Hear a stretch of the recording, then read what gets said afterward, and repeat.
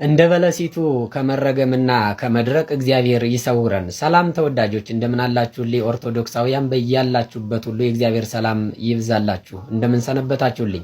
እንደሚታወቀው ዛሬ የሕማማት መጀመሪያ ዕለተ ሰኑይ ርግመተ በለስ ወይም ደግሞ አንጽሖተ ቤተ መቅደስ ትባላለች። ጌታችን ኢየሱስ ክርስቶስ በዕለተ ሰንበት በአህያ ውርንጫ ተጭኖ ቤተ መቅደሱን ከዞረ በኋላ በአይሁድ ካህናት ቆሽሾ የነበረውን ቤተ መቅደስ ያልተገባ ስርዓት የሚካሄድበት የነበረውን ቤተ መቅደስ ያጸዳበትና ነጋዴዎችንም ወንበዴዎችንም ካህናቱንም የገሰጸበት ቤተ መቅደሱን ያጸዳበት ዕለት በመሆኑ አንጽሖተ ቤተ መቅደስ የቤተ መቅደሱ መንጻት ተብሎ ተሰይሟል ማለት ነው።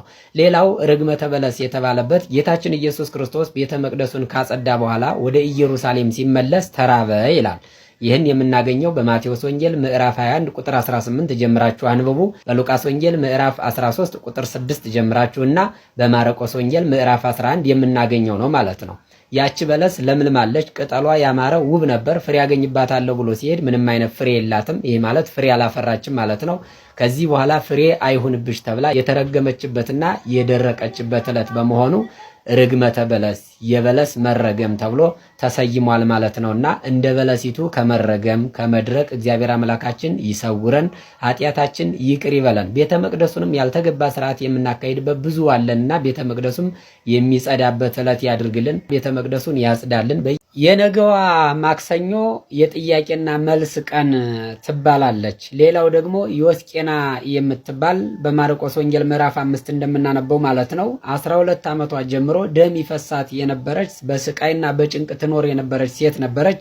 የሷ በሽታም የተወገደበት ዕለት ነው ማለት ነው ነገ። እናም የጥያቄና መልስ የተባለበት እንግዲህ አይሁድና የካህናት አለቆች ሽማግሌዎችም ጌታ ኢየሱስ ክርስቶስ በዕለተ እሁድ በሆሳዕና ዕለት በቤተ መቅደስ ያደረገውን የቤተ መቅደስ ማንጻትና ብዙ ታምራቶችን በማድረጉ በጣም ተናደው ስለነበረ ጥያቄ ጠይቀውት ነበር። ይህን ታምራት ማድረግ፣ ይህንን ፈውስ፣ ይህን ቤተ መቅደሱን እንድታጸዳ ማን ስልጣን ሰጠ ብለውት ነበር። እናም ጌታ ኢየሱስ ክርስቶስ በክፋትና ለተንኮል እንደጠየቁት ስለሚያውቅ ከማን ስልጣን እንደተሰጠው አልነገራቸው ነበር። ቀጥታ ጥያቄያቸውን በጥያቄ ነበር የመለሰባቸው። አይቴውቱ ጥምቀቱ ለዮሐንስ ይህንስ ጠየቃችሁኝ፣ ታዲያ የዮሐንስ ጥምቀት የት ናት ብሎ ነበር የጠየቃቸውና ጥያቄያቸውን በጥያቄ ያሳፈረበት አይሁድን ያሸማቀቀበት ዕለት በመሆኑ የጥያቄና የመልስ ቀን ይባላል። እናም ይቺ ዮስቄና የምትባለው 12 ዓመት ጀምሮ ደም ይፈሳት ነበረ።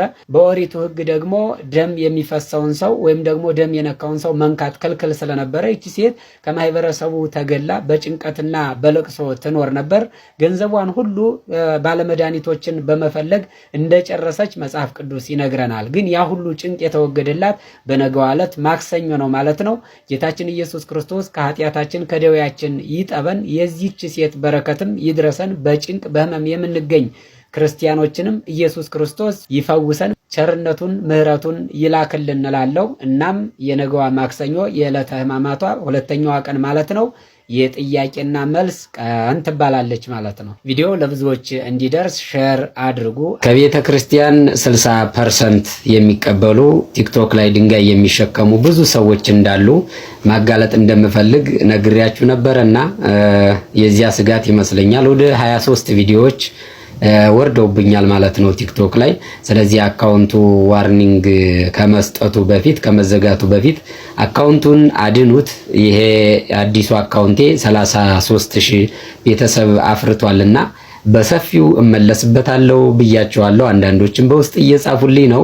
ይህንን የማታውቁ ትኖራላችሁ፣ በእርግጠኝነት የምታውቁ ትኖራላችሁ፣ የማታውቁም ትኖራላችሁ። እኔ እነዚህን ሰዎች ማጋለጥ የምፈልገው ህዝቡ እንዲነቃ ነው። ባለማዕተቡ ኦርቶዶክሳውያን የእመቤታችን ስም ሲጠራ፣ የመድኃኔዓለም ስም ሲጠራ፣ የቅዱሳን ስም ሲጠራ ሸም ይዘውና ብሩን እንዲሁ ይበላል። ከዚያ በኋላ እነዚያ ሰዎች ምንድነው የሚያደርጉት?